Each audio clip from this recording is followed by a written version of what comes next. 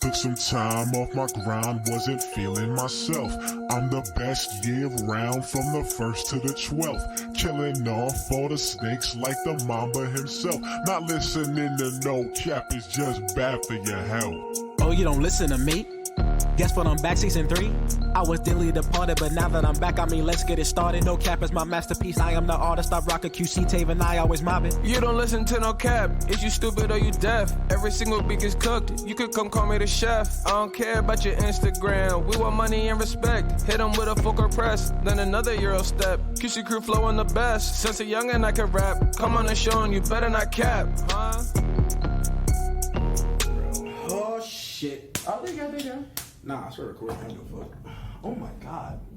Dude, these fucking plaques actually, like, having them around here is, like, actually killing me. You mean paddles? Paddles, plaques. That's a plaque. That's a... But just to get the general set, we have started. Oh, fuck, we have? Oh, yeah, we started. Oh, shit, sorry. It's all... Hey, everybody, welcome to No Cap. No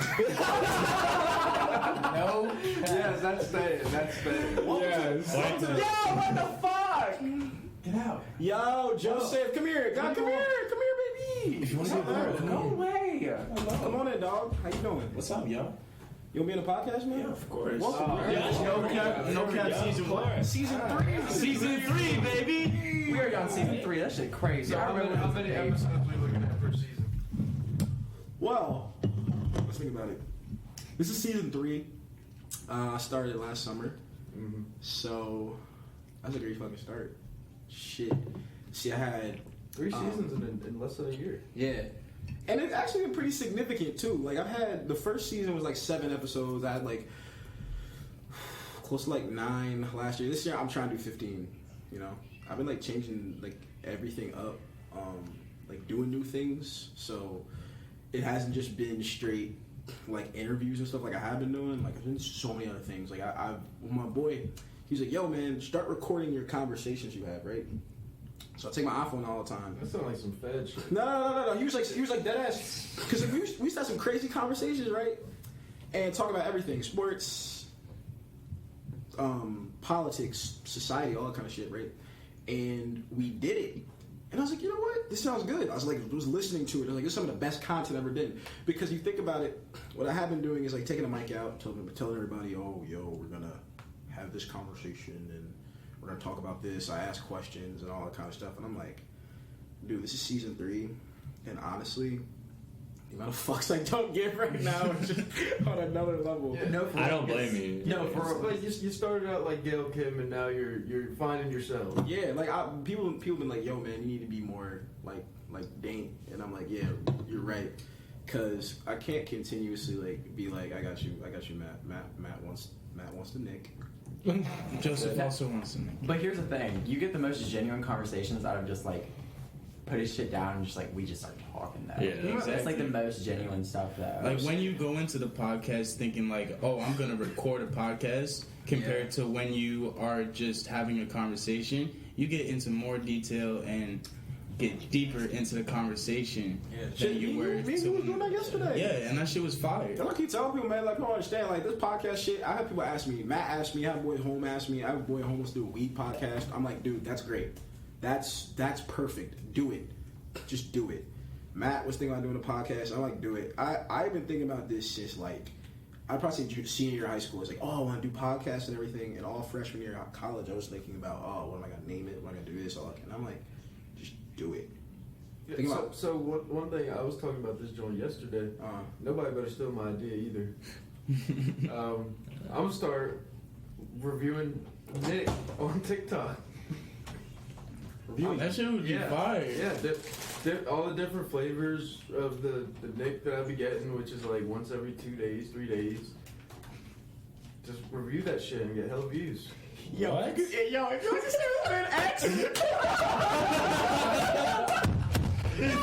Easy does it. He walks in, easy does it. Close the door real slight. No, see when we sound Crunch over with the Cheetos. Yeah, with the Cheetos. Slam it. Yeah, you got slam. Oh my god. Should we introduce ourselves? Yeah, so basically, I know no one knows what the hell is going on because we've been talking for the past 5 minutes. This is the season opener, season 3 of the No Cap podcast, baby. We back. Season 3, No baby. Cap. And that's a fact. That's right. I with my brothers, we are in the Pi Lambda Phi Lambda Kappa chapter fraternity house. For those of you who don't know, I am a brother of the Pi Lambda Phi fraternity, the best goddamn fraternity in the entire country. Everyone knows it. Fuck Pike, fuck KA, and fuck Sig. Yeah, I said it. Pakasai. Yeah, man. That's a hot take. Yeah, it's a hot. But I said it. I mean, shit. Speak the truth. All right, you know what? I don't know about that, Dante. We might have to cut that out. I gotta cut it out. No. See, look. Hold on. Scott. See, that's the problem. Because we need to have a structural He's supposed to play beer alliance with everyone. You just played beer die with them, so I don't know what you're talking about. I play beer die with whoever I feel like playing with. Yeah. See, I want there to be everyone on EC, everyone in the fraternities to fuck with each other, regardless of how fucked up or not they are. I need there to be a fucking common respect, because I can't have people hating on my fraternity, but we can't be hating on other fraternities. Well, that's gonna happen. All right. It's gonna happen, but we can't start that shit. No, but some of this fraternity is fruity. You're just gonna have people who hate this fraternity because of certain issues. That's me. Hey, I'm the fruity one.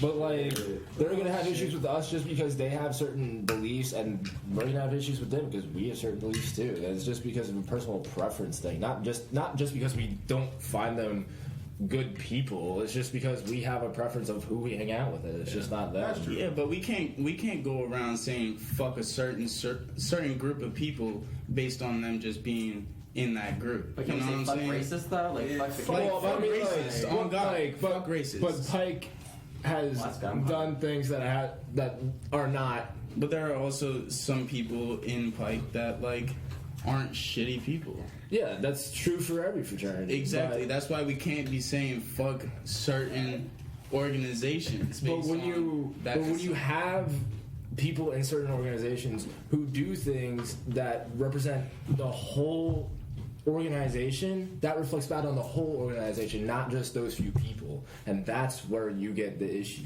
I feel like I'm on Judge Judy right now. I mean, no, he makes a good point though, because honestly, now, if I'm being real, it don't bother me anymore. It really don't. No one bothers me. Freshman year though, shit that I heard, that I saw, that I was involved in with all the other fraternities, man, it's crazy. The fact that you can go somewhere else and, we're all fraternities, we're all brotherhoods, whatever, but they don't act like it at all. Mm-hmm. At all.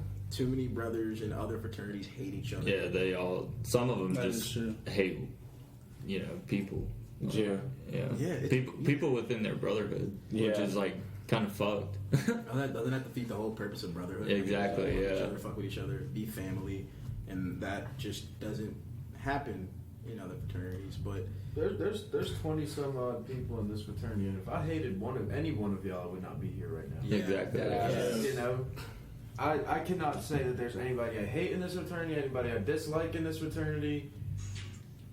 Hey, we all have our moments. But that's normal. That's life. That's what we're a family. Does.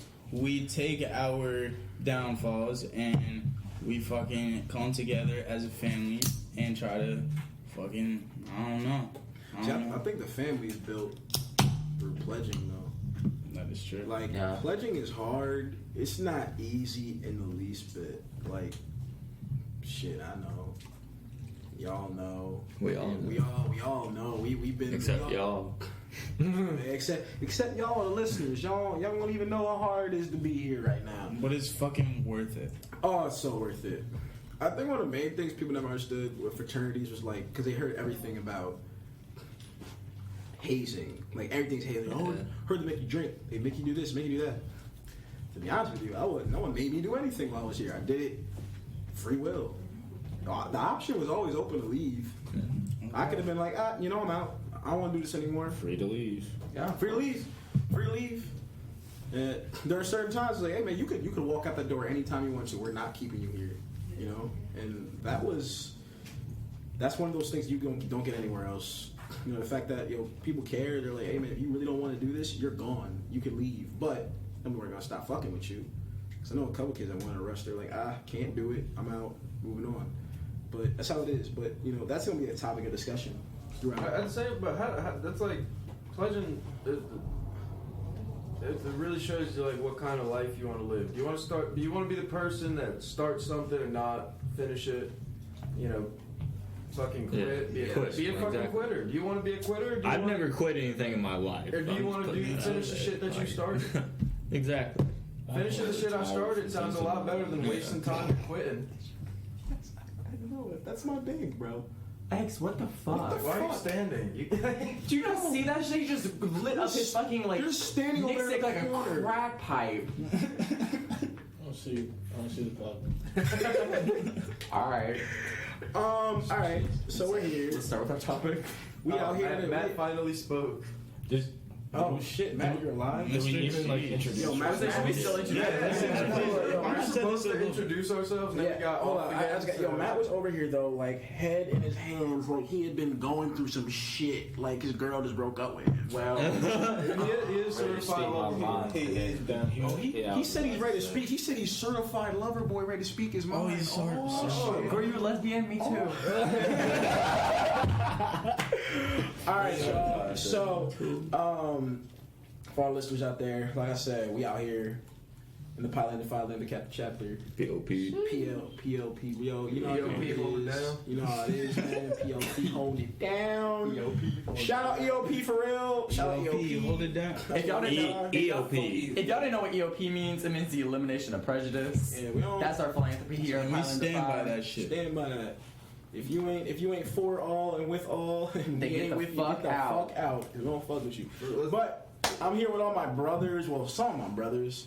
I got my big Mr. Zay, OG, Xavier O'Brien. He's not gonna say a damn thing. Just he ain't gonna say shit. You damn straight. That's all y'all get. Damn straight. Damn straight. That's the. We got our provocateur or our recruitment share, Mr. Zach McNeil. Now, let me tell you about Zach McNeil. This man is either country white or light skinned. There's no in between. He's not wrong. I will be honest. That's my big. But fuck country music. Zach, For you're real, on for the real. road for freshman in a good way. Hey. Hey, pledges, recruits. Oh yeah. Certified country boy. You got names, Tim. We got. Yeah, if you got names, send them to me. That's right. Yeah, man. You got some names that come to the fraternity. Come bring them to me. Then we got our marshal, Mr. Ryan Manley. Yo. I got my pledge brother in the cut. Also my music partner, the greatest duo all time. My main man, Joseph Kenny in the crib. Hey, we got something fire coming up. We got some new. We got some good shit coming. Is it what I heard? Tell me that new song we just made does not make you want to have sex. I thought it's gonna be on my Listen to it yet. That's gonna be on the sex playlist? Gotta be on the sex playlist. I'm like, that's my Don't put me on. You fucking something about your brother? Damn. That's wild. Nah, bro, That's family. We were right doing there. it, and I was like, "Yo, I'm gonna make a Drake type song," and I was like, "Wait a second, hold up, bro. This is a baby maker, straight up. This is a baby maker. It gave me baby. What, Zach? It gave me baby maker. Baby Everybody maker gonna go vibes. upstairs after the party. Gonna be a bro. trampoline. Yeah, I'm gonna hear a couple trampolines. You go upstairs, all you hear is that song in every room. That's gonna be the beat. We're gonna put the microphone right outside Matt's door and be like, wait, I'm sorry.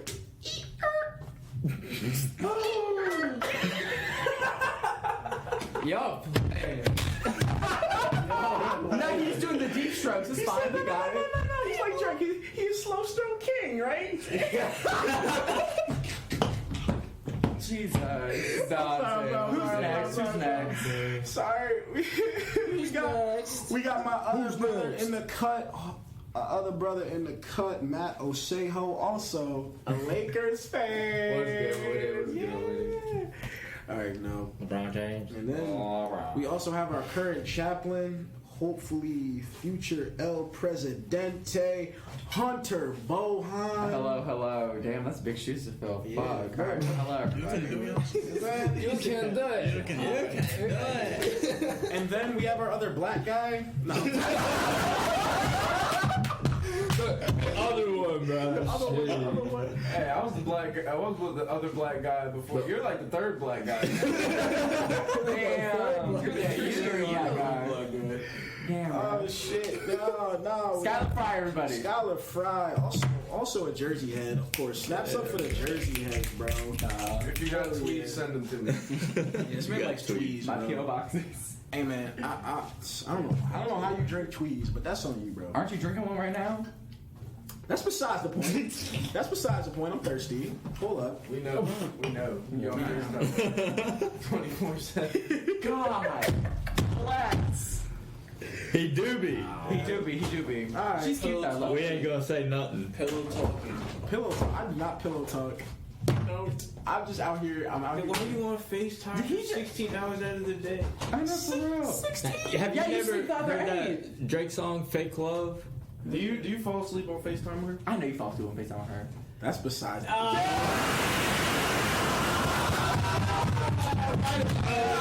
Got it. you don't want to talk about that. Ladies and gentlemen, we have a simp in the building. But you don't be pillow talking because you were asleep with her on FaceTime. You could DJ not doing that. It's alright. He's down bad. That's all that matters. Even DJ not doing Hey, that. no. Hey, chill.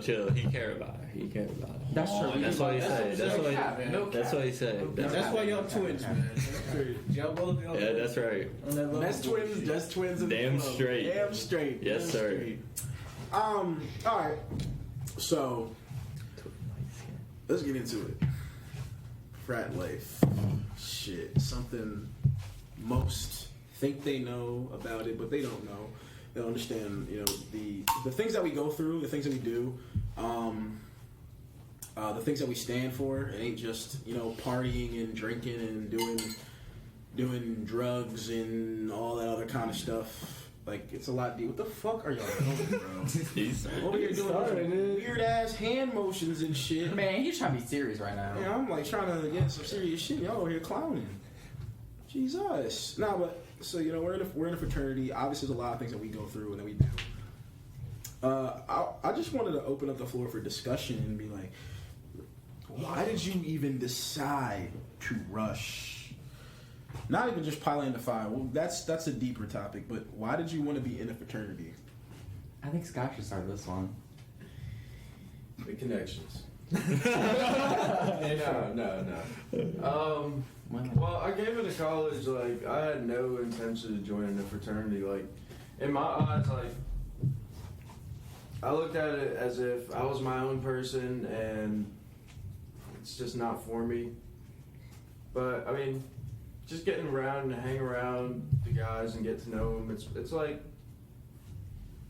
it's not really, it's deeper than just, like you said, partying and drinking and whatnot. Like, I have people in here that'll help me with my homework if I need to.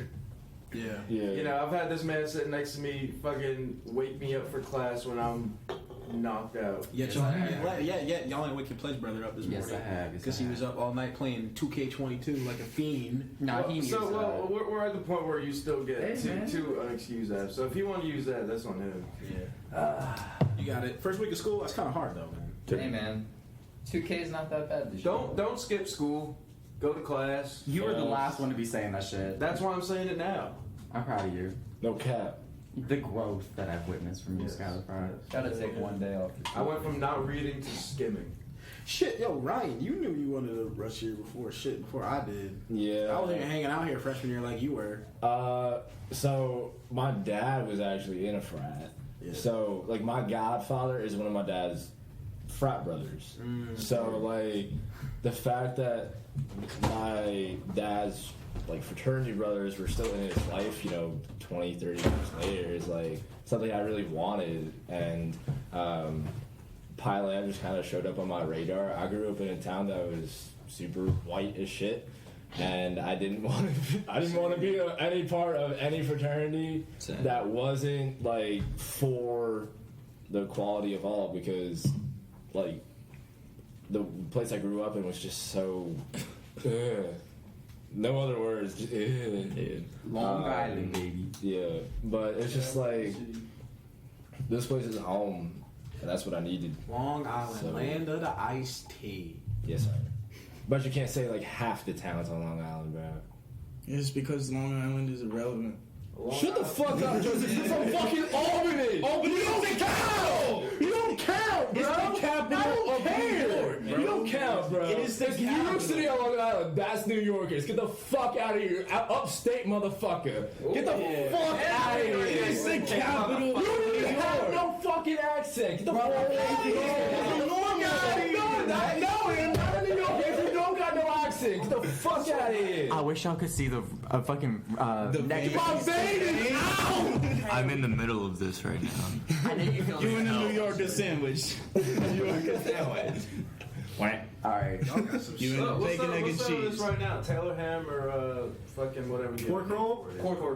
Pork Taylor roll? Ham. It's pork. Yo, shut the Taylor fuck ham. up. You're not from Jersey. That's my girlfriend. That's what my girlfriend says.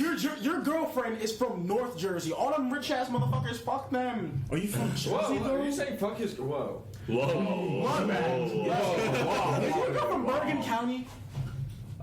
She definitely was in Bergen County. She looks like a Bergen County chick. Damn. She looked like a Bergen I don't County even know what that chick. means. That seems like a fucking insult. She went to high school in High Point. High Point, that's a bougie name. No.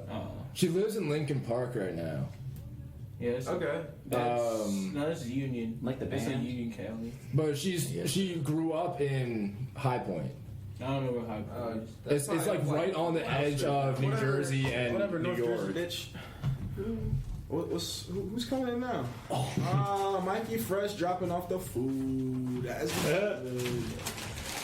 As you should. Look, but Nah, I want to ask Zach. Dime. What? Why'd you decide to rush a fraternity? That's the old head of us right Yeah, now. he Yeah. But he ain't I'm a senior. You know what's good. Hopefully I can get through these Yo, last bring some two tissues, semesters. man. Bring some tissues. Thank you. Yeah, bro. We're leaking over here. But no, so I was on a football team in high school, and we called ourselves like we were a brotherhood, and it felt like a brotherhood really. And you know, I wasn't looking to rush a fraternity whenever I was a freshman, but my big Xavier, brother Zay. He rushed, and I was like, I bet. And we were good friends before then. Me and my roommate, Yusuf, who I wish was here. I wish. Oh my God, Baba! Baba, bro. Shout out Baba for real. Shout out Baba, yo. Hopefully he listens to these. But yeah, and then we were like, yeah, we go. He's wearing no cap shirt today. Hey, Yeah. He picked me up in the no cap shit. just want to say, get some no cap merch. I'm getting my money up. I promise. I'm a broke bitch half the time because I don't know how to spend my money. I swear. I'm terrible with money. But, wintertime. No cap sweatshirts, no cap beanies. In the summertime, we're doing tanks and t-shirts. You should get no cap thongs. I'd wear them. You don't even like women. Why would you want to see somebody in a thong? Wait, I don't think it's a big problem. I just still think women are beautiful objectively. Yeah. As an EOP. EOP. I'm straight. I love women. Anyways, keep going. Want to look good in a no cap thong. Sorry. Continue. Anyway, Zach, please continue. Keep going. but no, yeah. So me and Yusuf were like, yeah, we about to rush Thailand, and honestly, it was one of the smartest decisions I made of being in college. Just because it taught me how to be a man, and all of the process that I had to go through to get to that point was really eye-opening. So. Sorry, I'm eyeing up Ryan for a French fry right now. Alright, I'm gonna go next. Go ahead, Sorry, Ryan. I'm gonna make this about me right now. So originally, I wasn't in a social fraternity. I was in a service fraternity. I rushed my first semester freshman year there. I've been always into service my whole life. Like ever since I was young, like I've always wanted to help people, make sure everybody's okay. Wanted to be a doctor for the longest time, so that kind of fell into my life. But then actually Ryan, the summer before, summer of 2019. No, 18. No, 20. God, fuck. Sorry. Actually convinced me to rush, and so I did, and definitely one of the best decisions I've made in my entire life. I love this brotherhood. I love what we stand for. I just love how all opening and accepting we are, especially being somebody who's like not your typical frat guy. I mean, I like men. If anybody didn't know that by this point. No. So I definitely was a little apprehensive for like looking at social fraternities, and so I really appreciate like how open and honest everybody is here, how accepting everybody is, and so yeah. But no, going back to my point, yeah, it really feels like a brotherhood. That's why I joined. I was looking for that. Whenever I was in high school, I had that, and I was just looking for that. Yeah. Damn straight, bro. What about you, oh say-ho? Yeah, what are you, man? Silent over there. Come on, baby. Just destroyed a chicken sandwich over here. You already ate that? Ate that shit? You just got it. Like the pussy, man. Yeah. Cookie Monster, you good? What? Yeah, but what Zach was saying, like, he had his group of guys in high school, played football. I played basketball in high school. I had my group of guys, and, you know, I still keep touch with them back at home, but, you know, I rushed my sophomore year, so I had a whole year in college to really, like, sit, think about it, you know, meet new people, coming from out of town. So it was just nice to meet a bunch of people, but coming into sophomore year, it was like, I gotta find, like, my group of guys, and, you know, like, with this group, you know, I didn't know anybody coming in here, but when I did come here, everybody was, like, very nice to me, very welcoming, and I really like that about this group of guys. Fuck, you got my glasses on for it, Hunter. These are yours? Yeah. I'm sorry, my big ass head stretching on. Fire, though. Go ahead, man. Can I put them on? Can I put those glasses on? Hell no, I like these. I'm about to go get my sunglasses. I wish I could wear sunglasses, but these glasses get in the way. Joseph, Yes, sir. my nephew. What's poppin'? So I decided to rush this fraternity because I'm a person that does better with structure and with people in my life that are motivated and shit that will keep me on track. That's right. Like in high school, I always had a support system with the school and with my family. But here, my freshman year, I did not have that. And I was going out and doing everything on my own. And I found that was not the best way for me to go about college. So I went around trying to figure out a fraternity that was good for me. And I hung out with KA a lot. No disrespect to KA. I'm friends with some of them. But I saw the brothers here and the connection that everyone had, and I was like, immediately, this is the fraternity that I wanted to be a part of. Everyone here seemed to be motivated, everyone seemed to be inclusive, and that's what I just really loved. I loved the open environment, I loved everything about this fraternity, and like, that's what motivated me to rush here. Like last year, my roommate was rushing a different fraternity, and I was rushing Pi Lam, and like, I just like never once thought about dropping because Pi Lam was my home at that time. That was everything a part of my life. My fucking second semester when I was rushing, man, that semester was stressful. That semester was difficult, but it was definitely fucking worth it because this semester I'm more motivated than I was going into my freshman year. I want to do better. I want to get on that composite. I want to get my fucking grades up. I want to be a better person and represent this fraternity well. Damn straight. Excellent. Now that right there, that is a mature Joseph. Because last year, holy shit. Nah, me and my little bro Joseph, we on the jump squad at Roanoke College. Hey, me too. Fuck y'all. Hey, yeah. Hunter Bohan is too. And but no, X is also the fastest man alive. Yeah. He for real is. I'm getting close. But nah, this dude was acting out, and I'm glad he came here. And Zach is also like one of the main reasons why I rushed this fraternity, because he put me on literally the first semester. Like he brought me to the house, and I was like, this shit is fire. You good? Yeah, I don't have COVID. Shit, what the fuck you backing up for, Hunter? You nasty. Hey, Delta variant, Lambda variant. Not rocket, bro.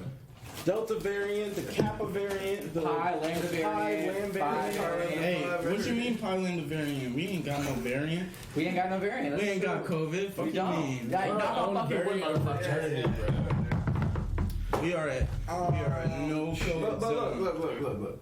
You have to get back to a more serious note. Let's not even told your story yet. Yeah, he did. I kind of did, but I didn't really go into depth. We're going to depth. Do it. Speak your truth. Speak my truth. Like, confession? Yes. Forgive me, Father, for I have sinned. We are Catholic now. Confess. Yes. No, can I be? And you'll go to heaven. I believe in the Church of the Flying Spaghetti Monster. Per. What is that? Alright, so anyway. Yeah, freshman year, I feel like X and Dante know from where we from. You got your set group, and that's really it. You don't really fuck outside your group. Yeah. Like you don't really fuck with people outside your circle. So coming here, I didn't know nobody, so I had no circle, and I just hate people.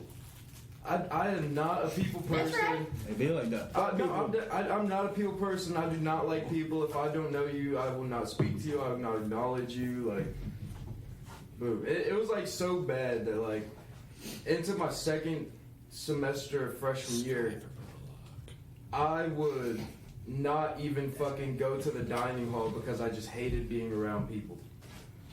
It was so like really bad. Like I started spiraling, like grades, social life, and I was like confined myself to my room for like a whole semester, even into the next semester. Classes were online and shit.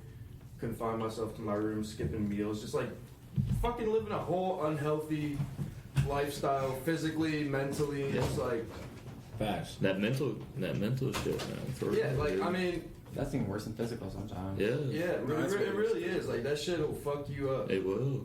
Like grades were in the shitter, are in the shitter. Social life was better, but you know when I joined here, and I met the people here. Like I said, I don't like people. At first, I was like standoffish. I didn't know how I felt about being here, actually meeting the people. Like I would come here to party, and I didn't have to talk to anybody, and it was great.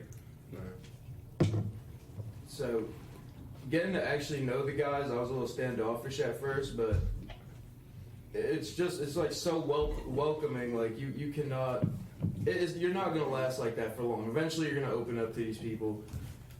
It's a great group of people, and like I just found where I felt like I belonged. Yeah. I was way more comfortable. Started getting out there, actually talking to people, not even these guys, like social life way better, grades are on the rise, like can't ask for much more. This Russian really changed things for me. We sharing food? Oh shit, that was MK. Shit, I guess it's my turn then. I'm good, I was just joking. Honestly, I thought fraternities were so stupid when I first got here. I didn't understand them. It's like, swear, I remember the first time I saw some fraternity shit, I was with my parents at Pitt. My parents were at the Pitt. And I saw these frat guys running around shooting each other with Nerf guns. I'm like, that's what fraternities do? Y'all do that bullshit? Hey, don't knock Nerf gun war, bro. Hey, It's fun. I told y'all we should. I told somebody we ought to get a game of Assassin. No, we gotta have a. Yo, can we do on-campus manhunt, please? Oh my god. I ain't done that since freshman year. That's fun though, isn't it? Nah, back on a serious note though. So basically, first night of school, I remember I hit up this guy I found out about at like a grad party like months prior. Coben, everyone knows Coben. Hit him up, text him, DM'd him. He hit me right back. He's like, "Yo, we're having a party. You going to that KA party? Yeah. Yeah, have fun, buddy. Have fun. Peace, y'all. Bro, have fun. Be easy." No, in the diamond. How you getting? You're walking there? Nah, I'm figuring something out. What are you gonna do when they say the N-word, bro? Oh my god. I'm gonna leave. What are you gonna do when a song comes on and everyone just screams? You know, Nigga! Like, what are you gonna do? You know, I'm probably gonna leave. We'll cross that road when we get What if there. it catches some ass and it comes on? I'm saying, Take a girl and you get out of there. but if she's like, nigga, I'm out. I need a camera! I need it! Y'all are out of fucking pocket, bro. No Cap season 3. I'll see y'all later. Joseph, everybody. Yo, what the little. fuck just happened? That's my little ball. Not saying the N-word. So basically, I remember I went to that party, right? And I walked in there, and I was like, yo, shit, this is lit, it's frat, like, let's get it. Dude, then, like, I remember the second day of school. I was on Craig Ave, man, and I went to a party, and I was like, this ain't it, bro. It's the same shit all the time. Be honest, bunch of white kids getting drunk, listen to EDM. You know, Mr. Brightside. Yeah, Mr. Bright. Let's just wasting my fucking time. Hey, yo, Mr. Brightside. Let's be nice. And dude, it was wild. I remember the last day before, a couple days before we left for winter break freshman year. This is 2019. I was an alumni, and I was with my boy Ryan Delinsky, and and I'm with Delinsky, right? And I meet him. So I meet X, right? X was like, I've never told X this before. So I meet X, and X was like, yo, give me your number, I'm gonna hit you up, we're gonna hang out over winter break. I'm like, alright, bet. Didn't think he was ever gonna hit me up. He texted me one time, he's like, yo man, you wanna come through and hang? I can't, bro, I'm busy. Next time, yo, you wanna come through and hang? Bro, I would, man, with my freaking car, it's having trouble right now, I can't come through. My car was fine, I just didn't wanna go. I was chilling. I didn't feel like leaving the crib. He didn't give a fuck. But like he was like, all right, bet. Of course he did. Then he hits me up again. He's like, yo, man, you want to come through? Want to hang out? I'm like, all right, bet. I went over. Treated me like he had known me forever. I had met this kid once. Then we get back to school. He's like, yo, you want to hang out? We're at the house. We're chilling. We're hanging. I meet everybody. And I was doing shit in school. Like, I mean, so shit. And I came here, and it was like, holy shit. Like, I'm at home. Like, I felt like I was home before I even knew I wanted to rush here. I knew nothing about fraternities. I didn't know what the hell y'all was about. But it was like, damn, I met Zay, then I met Romeo, then I met Zach, Yusuf, Christian, like, all these dudes, man. And I came here, and I sat in this house. I was like, yo, this feels like home to me. And I realized that while I was doing it, my grades were getting better. I was surrounding myself with better people because I was with kids who actually cared and fucked with each other. Like, I noticed that with the other fraternities, they didn't like each other. Talking shit about each other. Yo, you see this guy, bro? Like, don't talk to him. I'm like, is he one of your brothers? Yeah, we don't really mess with him like that. I'm like, how do you not mess with one of your brothers? Yeah. If we're not talking frat life... If we ain't talking frat life, what's up, MK? What's going on? If we ain't talking frat life, we're talking about real bloodline brotherhood. If you don't fuck with your brother, then who do you fuck with? That's family. And to me, this is family. Right here, this is my family. Everyone in this room is my family. And that's what I knew. I'm trying to get you out of my wedding. That's how it be. That's what I'm saying. That's what I'm saying, bro. Podcast. Oh, no, he's here! And Jenna's in the building! Oh, shit! Welcome to the No Cap Podcast Season 3 opening. No cap, baby! You know Where the fuck are the fridges? Down in the basement. Alright. Pick that up. Alright, cool. As you should. Yo, so listen, bro. We got brother Yusuf Labrini who just pulled into the building. What's up, everyone? Don't worry about sweetheart Jenna Canagata. Yeah, Hold sweetheart on. Jenna Give her some love, baby. Give her some love. We got sweetheart McKay up in here, aka MK in the building. You already know. Damn, bro. Some good shit. I fucking love it here. I love it here. I don't think there's any other place where I just feel so safe here and I feel at home. Yeah, straight. Hold on, do you mind if I take over for a second? No, 100 dude, please. Yusuf, can you tell us why you rushed? Yeah, everyone's telling Rush stories. Baba Labrini. Does anybody have anything I could put into this one? 'Cause this is straight rum right now. Are you drunk? Huh? Are you drunk right now? No, man. Look, most of you don't try to suplex me again. I'm cool, bro. Suplex. Yeah, you tried to suplex me last week. You don't remember that? That's because you're always trying to fuck around with somebody who's bigger than you. I was just standing there and you grabbed me.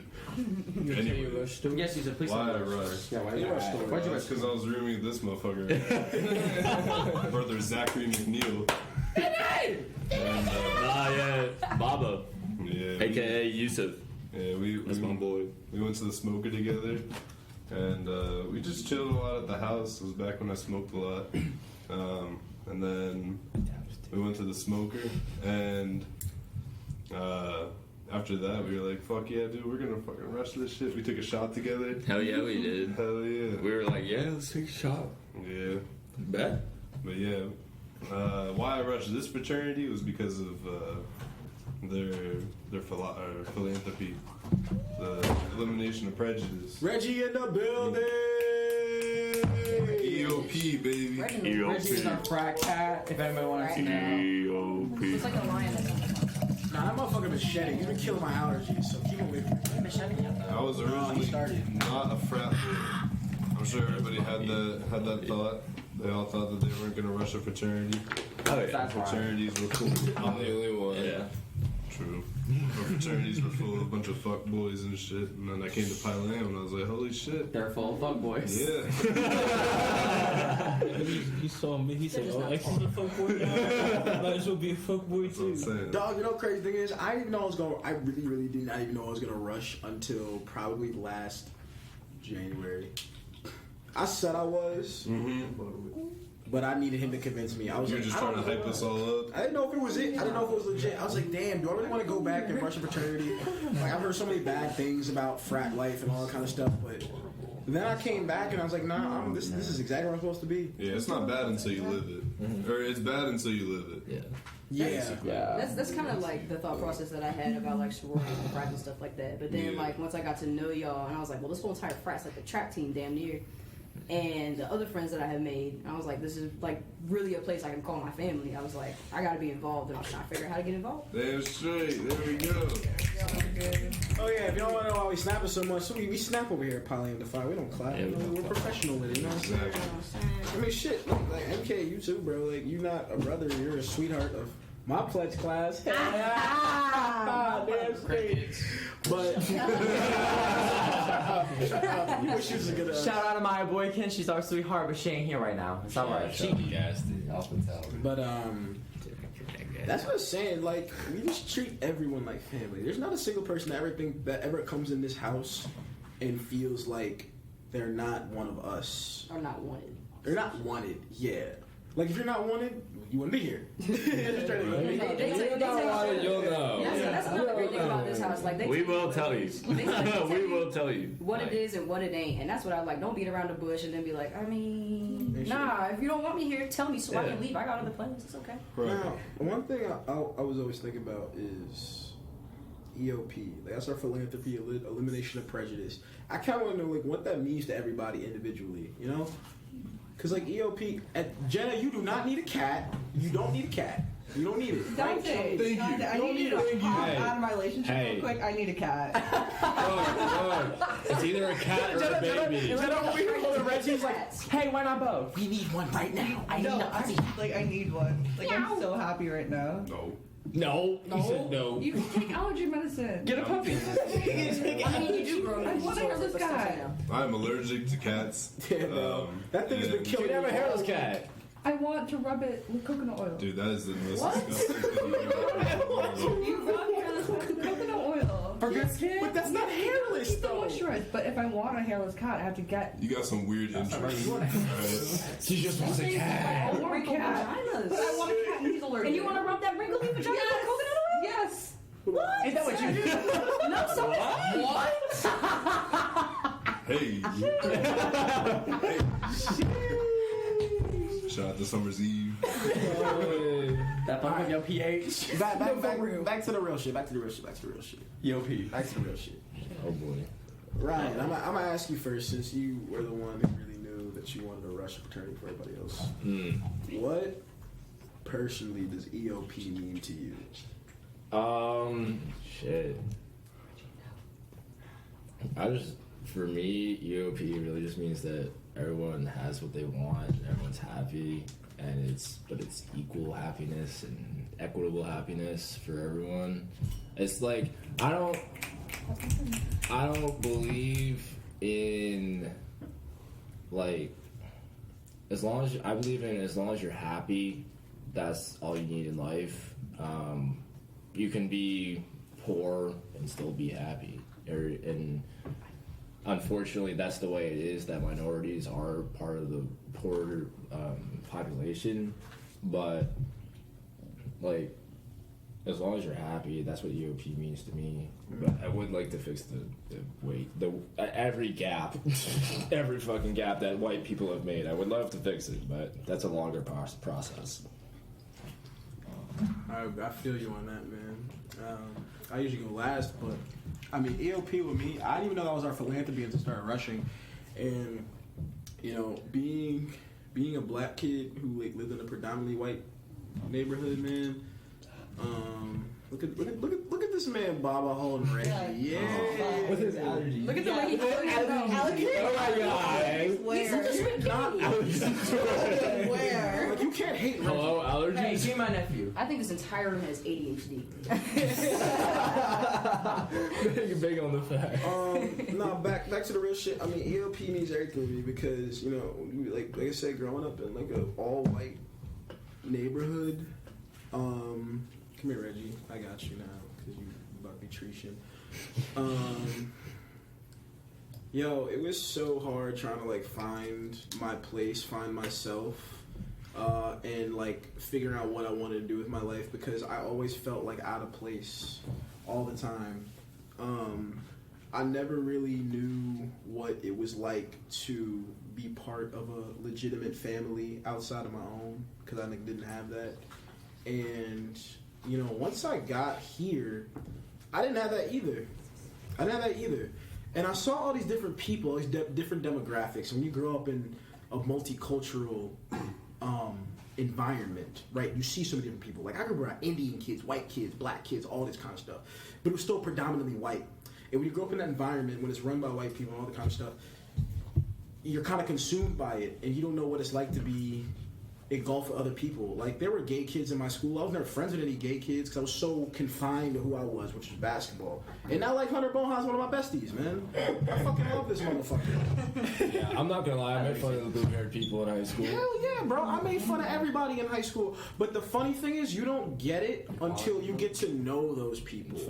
And I think that's one of the big things that people don't understand. I know in the black community, listen, the black community is very homophobic. Reggie, if you fuck with my microphone, dude, Yeah, all you're gonna hear is purring in the mic and a brush of fur go. You know, when you grow up in that lifestyle, it's multicultural, but it's still predominantly white. It's weird. I came here and I still felt out of place. Then I met X. Then I met Romeo. I met Yusuf. 3 dudes from 3 completely different demographics, right? And then you come here and you're like, holy shit, people are accepted here. You got a bunch of white kids in every other fraternity and they're like, just do their own thing, but they're all from the same particular background.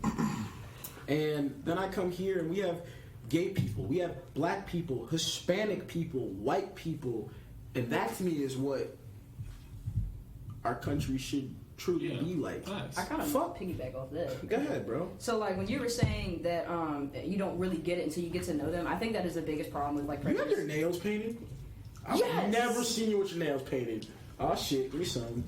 But listen. So I feel like that's the problem that this entire country, like this whole world has with people.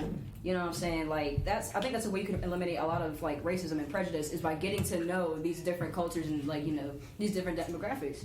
Like if you just take the time out of your day, not just the shit that you're learning in school out this damn textbooks that are generated, here in America or made in China, whatever the fuck.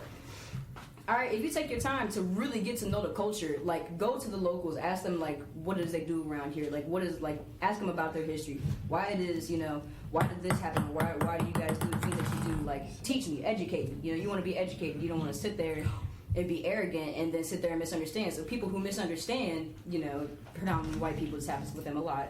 Things that they don't understand, they tend to just kind of, brush it off. Like, this ain't for me. I don't get it. It ain't for me. Mm-hmm. Like, I just moved down to Louisiana, and doing that, like, I've always, looked at that state. It's tough as fuck. But aside from all the tourist attractions, like, the people down there, I want to get to know the locals. I want to learn how to speak Creole. I want to learn about, everything. I want to know a lot about a lot. Isn't that what's most important, though? Trying sounds so cool to learn. Trying to learn and understand other people instead of being so fucking closed-minded and not just expanding your horizons. Bro, I remember senior year of high school, man, I had this whole idea on transgenders, right? I was like, so you just wake up one day and you feel like you're a fucking man? That doesn't make any sense. Oh yeah, we've had this conversation before, yeah. But then I took a gender studies class. We're like, nah, bro, mentally, man. Like, in their brain, they don't see themselves as a female. They don't see themselves as a male. Like, they're wired. Just chemically wired different, yeah. But I think about it, I'm like, I never would have known that if I didn't take the class or I didn't take the time to actually learn and understand it. It's this misunderstanding. Yeah, their factory settings are just different. I'm sure there are things that Michaela and Hunter both go through that I would never understand because they're part of the LGBTQ community, right? Yes, ma'am. But at the end of the day, I'm still gonna support them no matter what they go through because they're family. Like, we take, I think personally, we take too much we take the people that are around us for granted and we don't take the time to understand who they are. We see them on the surface. I saw Hunter freshman year, that's just Hunter, just Hunter. But now I see Hunter as Hunter Bohan for like the man he actually is. Right? I see Xavier O'Brien for the man he is, Zach Neal, Brian Manley, Seho, Labrini, the list goes on. Well, about the sweethearts. There's the sweethearts too. Jenna's like a big sister to me.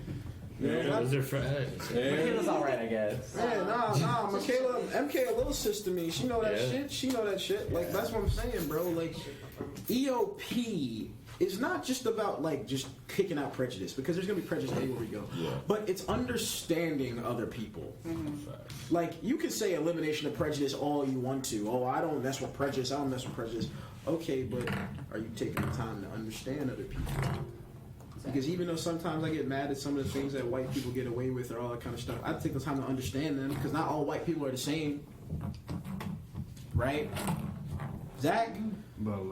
Zach act black 24/7, man. That motherfucking white, light-skinned, pretty boy motherfucker. Exactly. But, like, tying everything back together. Hunter, you being gay on a campus. Like, you being gay? Sorry. You being gay. It was gay. It was the pause. It was the pregnant pause. So yes, being homosexual. Yeah, you being homosexual on our campus. Like, what's that like for you? Like, not even on the surface level, personally, how do you feel? Like, how do you handle yourself? How was it for you freshman year coming into a campus where you knew you were already going to be minority because of your sexual identity? Especially in this social climate. You know what? What did that do for you? Let's get into it. Oh, alright. So, I'm ready for this shit. So, I love talking about EOP just for this very much reason. I'm going to get a little emotionally vulnerable here. Throughout high school, I had no guy friends because they didn't want to be friends with me because I liked dudes, which is fine. Afraid. They were afraid, yes. They were afraid that they were going to fall into the trap. Toxic masculinity. Yeah, loving Hunter too much. It's alright though. I still, the one or two that I had, I still appreciate them to this day. But yeah, I didn't really have that many guy friends in high school. I was really popular. Like, everybody really liked me because, like, I was like that flamboyant, like, kind of personality. Mm-hmm. But then I realized when I, like, got here, I was like, that's not me. I mean, I'm still flamboyant a little bit, but, like, not as much as I was. And being, I guess what Dante's question was, like, being gay, like, on this campus, I have never really had issues, except for one fraternity, which shall be named nameless, threw me out multiple times because they knew that I was a member of the LGBT community. Which is fine, it's their house, their choice. Fuck them. Yeah, but it really just kind of shows how they are personally and what their views are. But yeah, I never really had that big of an issue here. Back in my like small ass like country hick hometown, like yeah, I had issues, but like it got to the point where like I would just be like this loud personality to a point where like everyone liked me, and then they like wouldn't fuck with me. That's kind of like my defense mechanism, I guess. And so now I can like actually like relax a bit and like still be myself. Like of course I'm still flamboyant, like just how I am, but I'm very much less now. I like being an open, honest person like this. If you guys don't know, of course you guys don't know, it's fucking no cap. I'm a very involved person on campus. I'm a very recognizable face, and so I feel like being that person. I know a lot of LGBT people here who are, especially on campus, who are like scared to like get out and do stuff because afraid of like getting like being discriminated against, prejudice, things like that. And so I like to be that person for other people to be like, hey, if Hunter can be like in BSA, if he can be in OLA, if he can be in a tour guide, if he can be on the track team, like I think I can do it. And so I always, if he can be in a frat, then I can be in a frat. And so I just really try to like, I guess like push myself to be like that kind of like scapegoat, like that, not scapegoat, but like that image. The image, yeah. The representation that people need. Have you ever found yourself trying to conform to where everyone else wants you to be? You know, because I'm sure especially being gay in Virginia, I know that's got to be difficult because of the way of life down here. Everyone thinks differently. They're not as progressive as they are up north. Like, what has it been for you, like, growing up, you know, knowing who you are, but also trying to find it hard to balance, I am this, but damn, everyone else doesn't understand me. So how do you manage, yourself through all the bullshit everyone goes through? Oh, definitely. I've conformed all the time. Yeah. Ever since I was little, I would still, like, I would be called gay and I didn't even know what gay was. It was like 3rd grade. They'd be like, dude, you're so gay. I'm like, okay. I'm like, I don't know what that shit means, but like, okay, work. But yeah, I definitely have conformed a lot, especially like with, I guess more like with athletics, especially for me, like I played football, baseball, basketball, soccer my whole life. I enjoyed it. I thought it was a fun time, but like it wasn't something that I loved to do.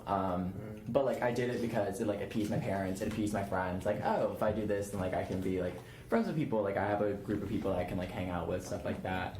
But then I quickly realized that, maybe like team sports are like the best thing for me, but I found out that like I have a passion for running, I have a passion for theater, I have a passion for speech and debate, all that stuff.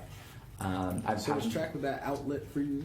Oh, definitely. When I made the basketball team in middle school, believe it or not, but I decided not to play, and I decided to run track instead. Why?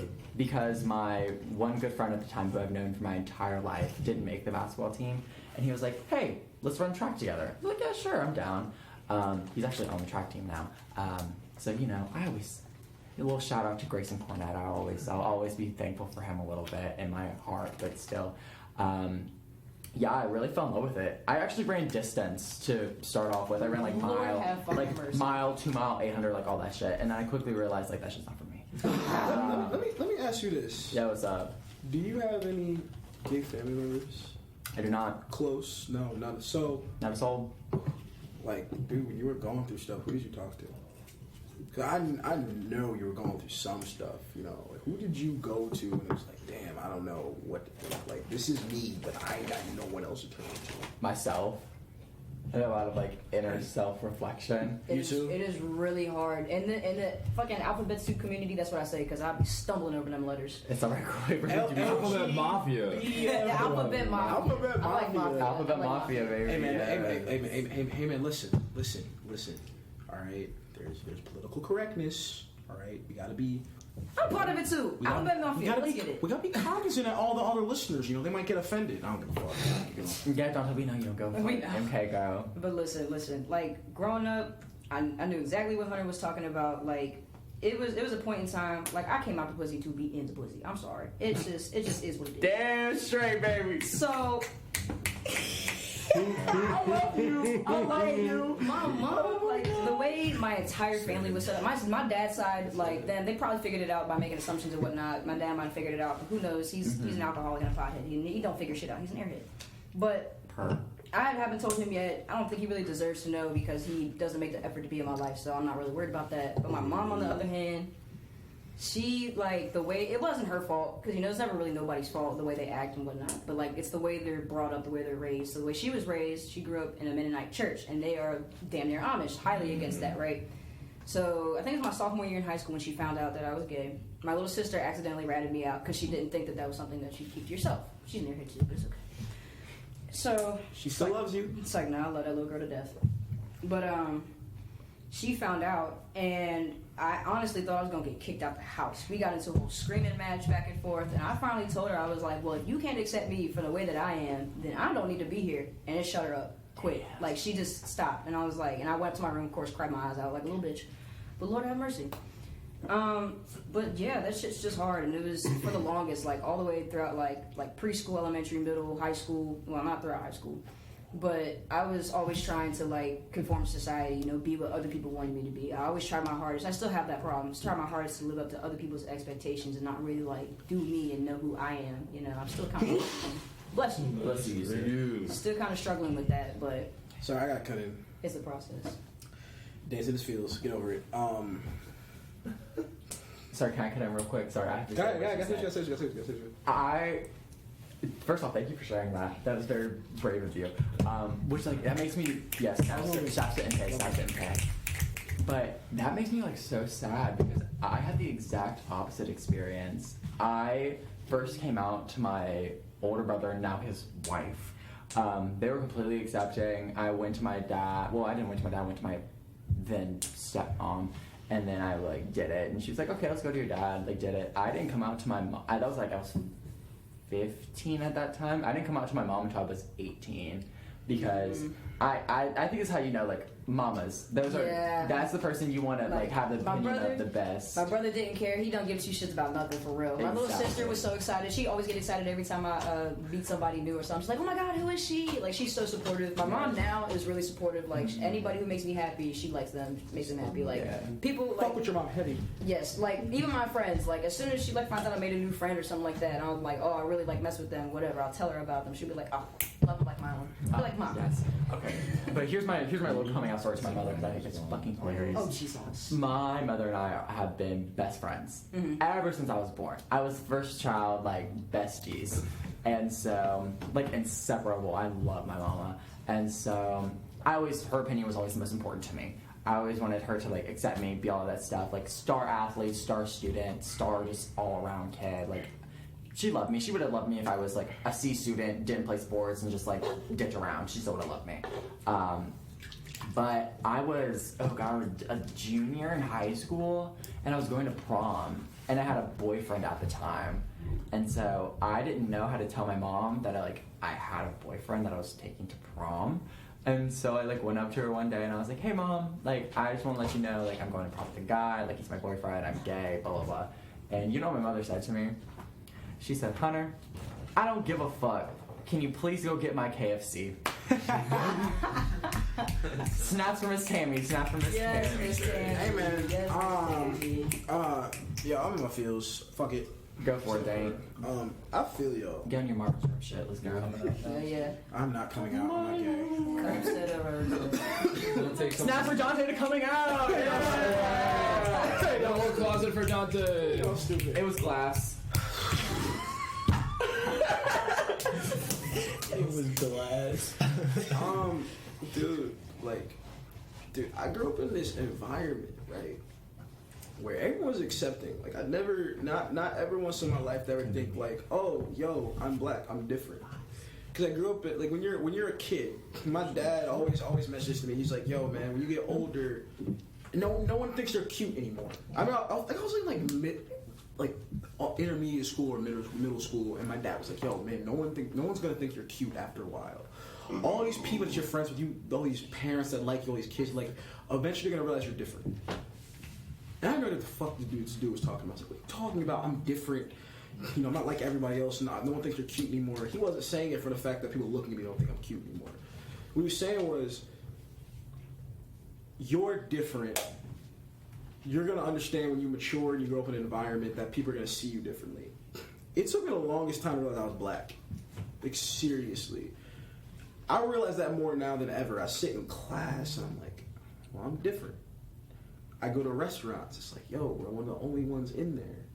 And I see black people, you know, in these impoverished neighborhoods and everything. And it's so weird. I go to work with my dad when I was a kid.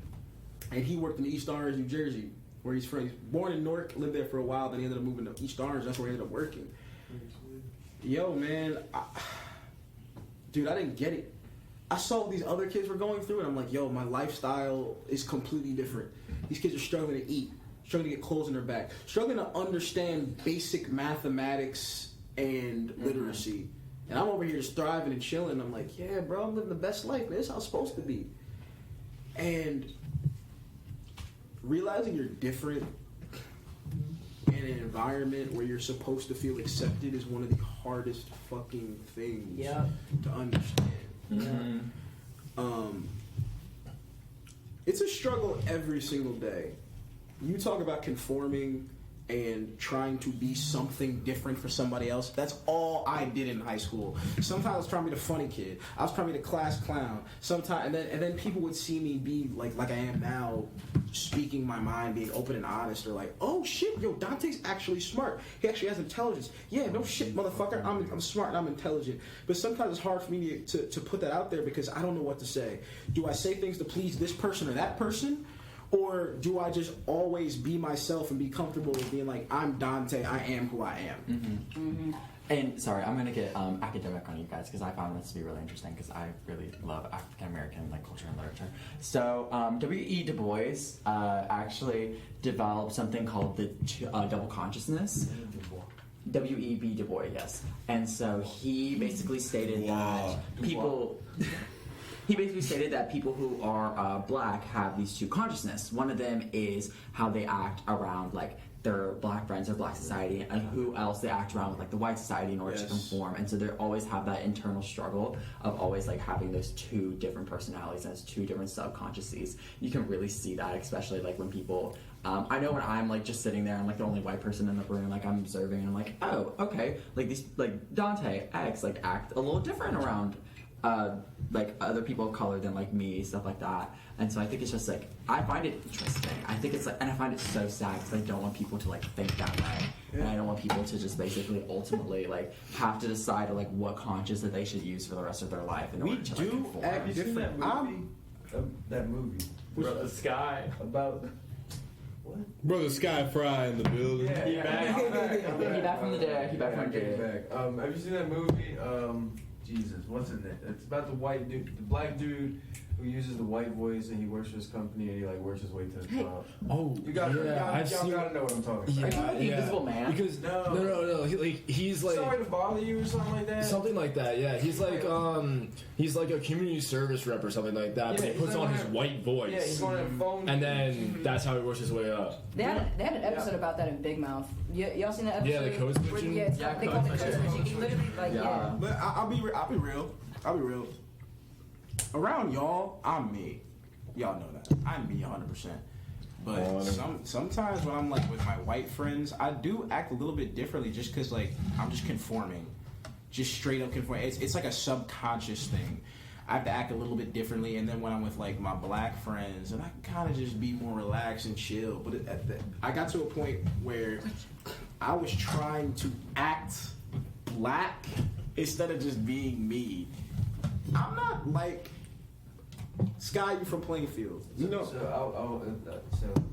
I met all my back home. I met all my white friends through playing baseball, and on the baseball field when I used to play, you're gonna get me on a whole nother level. Yeah. So like you're gonna get y'all know how it be. Times like 10. I was hearing fuck shit, fuck it. All around these white people and all these people looking at my parents over there like, oh my god, like what the fuck? What is he saying? Like I got pictures now, I'm cursing people out, like. And I'd come off the field and I'd be regular me, and it was like, okay, for them it was like, oh, this is better. Like this is nice.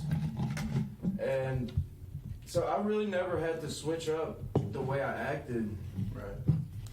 Because unintentionally, like I take sports serious. Mm-hmm.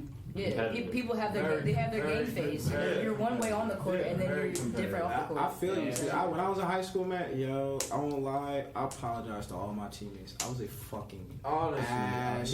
Me as well. I had one like, and it was never ever something like I wanted to be a dickhead or anything. It was like never personal. It was never personal. There's just the game. It gets heated, It gets heated. But I'm like, even though I didn't like come on to do any sports in college, really, I was good. Yeah. Like people used to ask me like, "Oh, you play baseball? You any good?" I used to be like, "Yeah, I'm all right." But now I look back on it and I'm like, "Fuck that shit. I was good. I'm not gonna discredit myself anymore." Yeah. Just because I didn't come on to college to play any sports. Dude, I feel you on that. People ask me all the time. Like when I'm back home, it's like, "Yo, you still hooping? You still play?" I still play for my own fun. For my own fun. That's what stopped me. It stopped being fun. Mm-hmm. Like it felt more like an obligation. That's why I stopped. And that's why I was like, it's not for me anymore. Yeah. That's why I signed up for club. I'll play that because it's on my own time. Mm-hmm. I was so happy. I want to do. I was so happy when I stopped hooping, and it was like one of the so crazy things because I go back and forth with all. It's like I don't want to play basketball, do I not want to play basketball? Yes. Don't want to be a hooper, don't I want to be a hooper? Be frustrated. And I realized that basketball is not my identity anymore. Basketball is the thing that saved me in high school because it took me from being like, oh, yo, Dante's this class clown, all this bullshit. No, yo, he's got a work ethic. He actually has skill. He has a talent. But that was the only way people saw me. People didn't know that I had a sensitive side. I had an emotional side. I had a serious side. Because you see a class clown or you see an athlete. And, we wrap it back into, what it's like being different in any different environment. One of the hardest things for me, especially growing up, was when kids would be like, "You're the whitest sounding black person I've ever met." Yes, I hate that. They're like, "Why do you speak so white?" I was like, first of all, you don't talk like a color. You can speak properly. You can enunciate. Yeah. Everybody has different dialects from where they're from. You don't talk a color. But even proper English isn't the correct way to say it. Like, no, I'll be so honest with you. When I get in front of a microphone, I am the greatest of all time. I mean that. When I get in front of a mic, it's like this is what I was supposed to do. There's so many times I've gotten in front of a mic and I've spoke and I've been open and I've been honest and I finish and they're like, "Dante, you speak so well. You speak so proper." And in the back of my head, I'm like, "Motherfucker, the fuck you think I'm supposed to speak like?"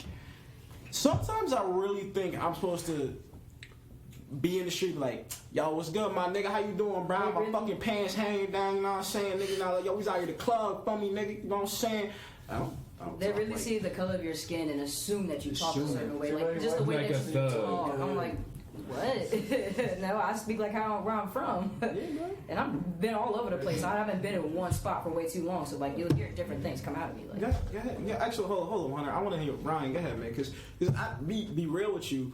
You're one of the very few white kids I know that, number one, is cultured, but at the same time, you accept people for them because you yourself are very unique. Yeah. Right? So, number one, what I want to know is how have you, as a white dude, been able to just accept any other color, any other demographic, who they are, but also at the same time, why are you so easygoing with your approach with it? Because not everyone's like that.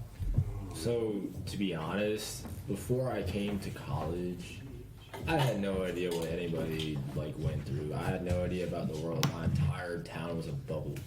Like that's all I knew. I only knew certain things. And when I came to college, I realized that I am the life that I grew up in, the childhood that I had, is one of maybe 5% of people.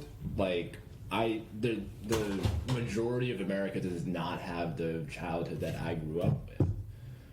So when I got to college, I figured that out, and I was like, "Oh shit! America actually kind of sucks." But I was like, "Well, no, America sucks." For my own personal thing, because if I could change the world with the snap of my fingers, I fucking would, obviously. And I would love to do that, but it's a longer process than that. But we're like, I just want everyone, like, when I learned that the world is shitty, I was like, well, how do I personally make a difference every day to help the people who have the shittier lives become more like mine? Because obviously I had what's the word? Like a more... You had a different lifestyle. Yeah, I'm more privileged. That's what it was. But I had privilege. Hold up. Snaps for that. Snaps for that. Because you acknowledge it. You acknowledge it. Because my dad worked on Wall Street like for 5-6 years. I understand that I now understand that people have shittier lives, and I don't like pity them or anything. I just want them to excel in their lives so that they have a happier life. And if that means that money is involved, that means money is involved. But you know what? Let you say it. You accept your privilege. Hold up, Hunter. I'm gonna get you in a sec. You go, baby. Thanks, baby. Love you. Love you too, baby. Yes, I love Hunter. Fuck you. Dude. All I gotta say is, like, don't think because... I love calling white people out in their privilege. It's, like, one of my favorite things to do. It's not because, like, I like it. Yes, I want to fuck with you. But us as African Americans, you two, as being part of a minority demographic, we don't call out privilege... We don't call out privilege to be like, oh, you're white, and you need to hear this, and blah, blah, blah, blah. You know, we want to make you feel bad for where you came from, how you grew up, in your history. No, it's not that. It's, especially in this current social climate, we want people to understand and open up and be like, hey, listen, this is who you are. This is the privilege you've been getting. I know the crazy thing is not all white people have white privilege, and that's the wild thing people, like, especially minorities, don't understand. They don't all have privilege, but at the same time, in a way they do. Yeah. In a way they do. Look, if you're a straight white male under the government, you have some type of privilege. You have privilege, and that's not your fault. It's just the way our society is structured. What type of privileges? What type of privileges? I mean, I can't have an abortion now if I wanted to. In Texas. No, but a white person. What type of privileges does a white person? Jenna, go off. No, Jenna, a white go person off. could definitely like walk on the side of the street without being like profiled. But like, if I were to walk on the side of the street being a Latina woman, I would be like, oh, she's gonna steal something. I'll put it this way. Being a black male in white America, I worry about what I wear. I worry about how I talk. I worry about how my hair looks. I worry about how I conduct myself. I worry about the skin tone that I have that I can't control. The crazy thing is I'm more accepted by white people because I'm light-skinned than everybody. Shut up, Jenna. I'm light-skinned. Are you light-skinned? I'm light. I'm dark. You brown. You brown skin. Hold on. I got that caramel deliciousness. You know what I'm saying? I like toffee, but pop off. We're really talking about shades of Dante's skin, bro. Oh my God, 50 Shades of Dante. I don't want to see that. I just want to see it. Our new name of the podcast called 50 Shades of Black, and that's what it is. It's called 50 Shades of Black. No, that's already a thing. Yeah. It is? 50 Shades of Gray. No, 50 Shades of Black. Ooh, isn't it the spoof like a remake of the movie? It's with, it's a remake, yes. Marlon Wayans. But before I get to Hunter, seriously, it's like when you're a minority, it's crazy how much you have to think about how you have to conduct yourself. The crazy thing is that, like, if I go to get a job, I gotta wear. I've thought about this all the time.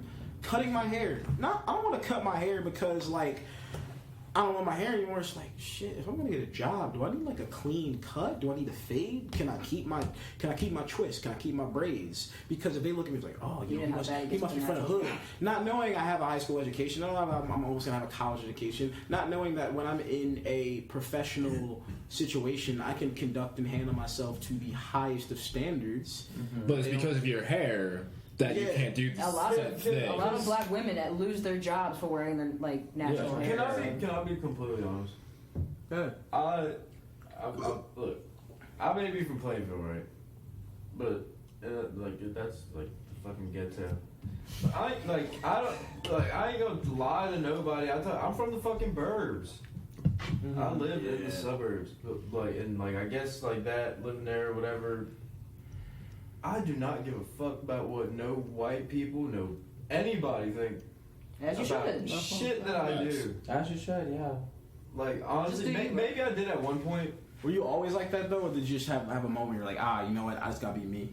No, I would say maybe I did at one point. Yeah. But my thing is, like, even when you're talking about, like, baseball, all this stuff, you were always surrounded by white people. Like, that was, like, something, like, you were like, okay, whatever. You know Yeah, what I so mean? that point of, like, thinking about it really didn't even last long. Yeah. Like, shit, but at the same time, like, it's like you've got people from everywhere. I've fucking played. My best friend is fucking half Pakistani, half white. That's my fucking best friend. That's my brother, my blood brother. I love that motherfucker. Like my mom gave birth to him. He looks white, doesn't he? Yeah. No, he's brown boy. Okay, cool. Because there's some Pakistani people who are look like they're white, and you like could say something about terrorism or something like that, and they'll get offended because you don't realize that they're half Pakistani. It's crazy. Dude, I feel you on that because like, yo, bro, when you're like, not funny. Why you laughing about when you grow up in the suburbs, being black, bro, you're literally all on your own. You're all on your own. There's not a lot of black. There's not a lot of black kids growing up in the suburbs. No. My best friend is half Korean, half Chinese, and I'd do anything for that dude. I would, if someone had a gun to his face, I would stand in front of that bullet, and I have no problem saying that. No problem saying that. I don't give a fuck where he came from. I don't give a fuck who he is, because he's my friend. I think people need to stop. A lot of people just don't see, like me, I just see people as, for not what they look like, for who they are. It sounds like tacky and whack and shit. Please say it. Please say it, Hunter. Please say it. You said it today. Please say it. Please. Okay, I'm sorry. I need to wear a few things. The first one that you just said, I'm sorry, but like the whole idea of like not people saying like, oh, I don't see color. That means you don't see me. But I don't think that's what you're saying. No, that's not what you're saying. I know that's what you're saying. I do see color, obviously. Yeah. But I care. What matters most to me is what's on the inside. Who people are, yeah. If I fuck with you or not, that's how I would put it. Yeah, okay. What it really means is like what. I think what you're saying is that like, no when you meet someone, you're not like, oh, you're black. You want to meet the person before you even attribute a race to like them. The first thing I'm thinking of, the first thing when I meet somebody is like race. Like no, I'm not thinking about that. And it should never be that. Yeah. But that's what it is for some people. Like obviously, it's for a lot of people. Yeah, that I don't see color shit. That's. No, I feel that weird. if you don't see color, then you don't see me because my color is a part of who I am. If you don't see color, then you don't see the systematic problems in this country that affect. And you are a part of the systematic problems. And you are part of the problem. People say they don't see color just to be like, I'm not racist. No one's saying you're not. People say, I'm my best friend black. I'm not racist. Yes. Don't start with that. I have black friends. I'm not okay. And how do you think of them? You really just use them as leverage? That's racist. That's facts. That's like I have that's like having black gay friends. friends. You're like, oh, I can Kills say that me. for that. Sorry, can I talk? I need to talk about a couple things. Go Sorry, ahead. it's the academic coming in me. I'm sorry. Hit him with it. Yeah. Everybody doesn't know I'm a fucking nerd. But honors. Shut up. No one needs to know that on the podcast. Whoa. But nice. But basically, there's this one thing, I don't know if you guys know about it. It's called linguistic discrimination. And so, Jenna knows what it is. You know, audience Alvarez. There you go. And so, it's basically like the way people say things, their dialects, their tones, like their accents, how it develops, how it impacts their day-to-day lives, like how it goes through like their struggles, like with all that stuff. And so like, that's really exactly what it is, because like instead of like code switching like conformity to like the white people voice, like that's so fucking stupid. Like there's no white people voice. There's no voice for anybody anywhere. Thank you. But that's what it is. It's linguistic discrimination, because if you come into an office and you talk like what Dante said, like yo, what up, my blah blah blah, it's like you're going to not get the job because it's deemed unprofessional, and that is racism. That is discrimination. Like that's what it is. And then also going back on a couple of things, the not seeing color thing, yeah. But like my thing is like especially like I'm public health, like I know there's like so many health inequities, especially for people of color, let alone like women of color. It's such a huge issue. Yeah. And so Black women are the most unprotected species on this earth. Especially when it comes to the system. yes, if there's any article that anybody reads ever in their entire life, it's from Harvard Medical Journal. It's called "America is Failing Its Black Mothers," and it shows you the systematic problems that come in there, especially with Black women and just women in general. Way more in pregnancy than like anybody else. Because people, here's where the thing is, they go into the article, it says people do not acknowledge that Black women have these problems. It's like, oh, you'll get over it, you're a strong, independent Black woman. Like, no, that's not what it is. Like, I need medical attention. These people are going through serious health problems, like when you talk about when you go to Serena Williams, when you go to Beyonce, when you go to Allison Felix, they all had these They don't problems. need those painkillers. Don't take our independence for ignorance. Exactly. We know Right. we know We're not- what's going on. Like going back to Serena Williams, she almost died on the table from her C-section because the doctors did not acknowledge that she was in preeclampsia. She had all these issues, and it's because she was deemed as like this elite athlete, this strong, independent Black woman. That, like, you know, she'll never have problems like this. Like it will never affect The her. strongest like of people have some of the worst problems. Exactly.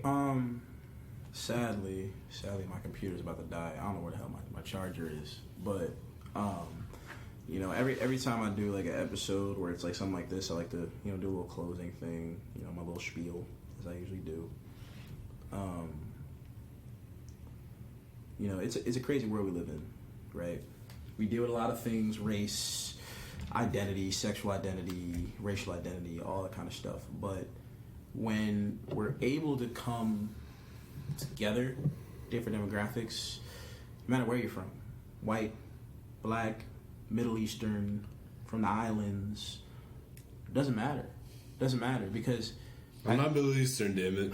no, I ain't calling you. I'm not. I'm just saying you gotta hit up everybody in this room. No, I know you're Just Mediterranean. saying. No, you should Just be saying. Mediterranean. No, we're not gonna do that to him. No, but in the big scheme of things, man, they're all different demographics. You could be white, Black, gay, doesn't matter. At the end of the day, it's the person. It's the individual. It's the individual. I think we got to do with all this political correctness and this dealing with our social climate, politics, race, whatever it may be. At the end of the day, sometimes you got to put your personal feelings to a side and really see the world for what it is. Stop. You know, we all have the same we all have the same problems. Yeah, man. You know, some people forget to wipe the seat.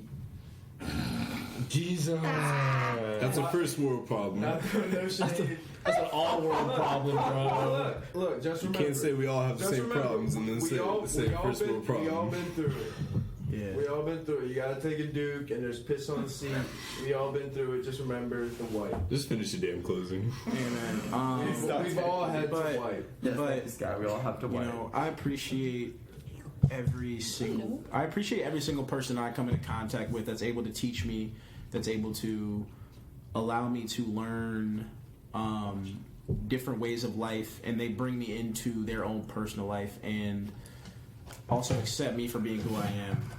This is the only place that's ever done that, and I don't think I'm ever going to get that feeling anywhere else. And I appreciate everyone in this room, and everyone who's not here that is a brother, is a sweetheart, is a member of this fraternity, whether it's legit being a brother or not, because people that come into this house know that it's all love, it's all family, it's all respect around here. And that's all I feel is family around here. Straight, it's family, it's straight family in here, and I was gay family. Sorry.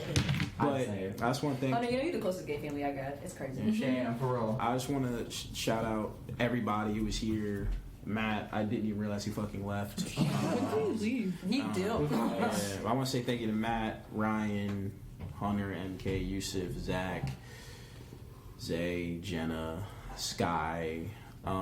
This was by far Joseph Kenny. Joseph Kenny. Hey man, this is by far the best opening to a season I've ever had. I tell people all the time, listen man, no cap, bro. We gonna be taking shit to another level.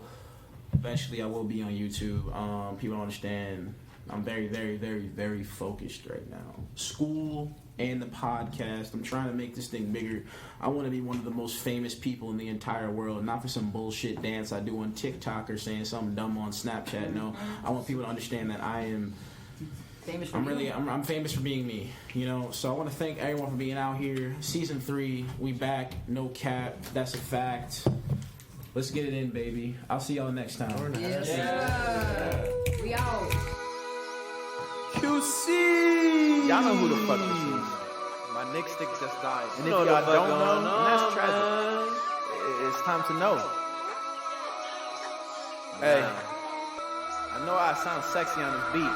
Hey, ooh, hey, ooh, hey, ooh, hey. QC.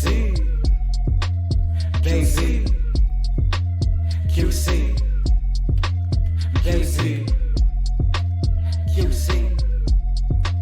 KZ. QC. KZ. You see this beat goes so crazy. Never ghost ride a bar, bitch, we never lazy. You want a verse or want a check, bitch, you better pay me. Fade away from the fakes, Kobe in 03. Late text from your bitch, guess she wanna fuck me. Hit a song, who is that, bitches ain't money. On the verse I be killing it, hear the beat, man, I'm feeling it. Hitting bluff, never smoking, man, spit a ball and some dirty shit. Sick and tired of COVID shit.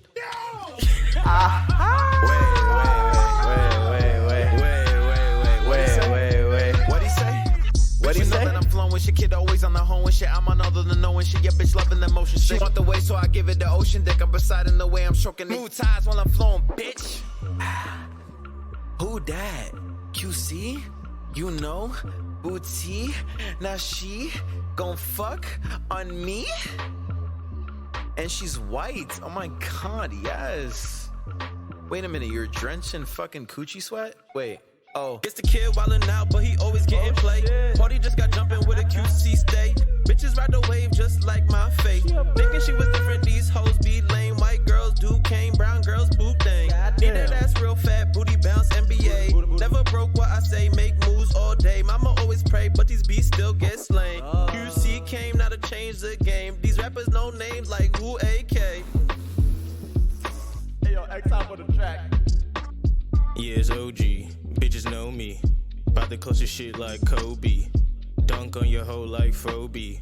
Let me upgrade, flash Adobe. Got the bitches shaking ass. Wanna fuck me at the class. Now she talking about my sash. Hit it twice and I passed. She's a something of the past. Wasn't fucking with the cast. Niggas never been a lash. Running past you like fast. Steady chasing that cash. QC Crew on the map. 21 no cab. Man, let me get the fuck out of here, bruh.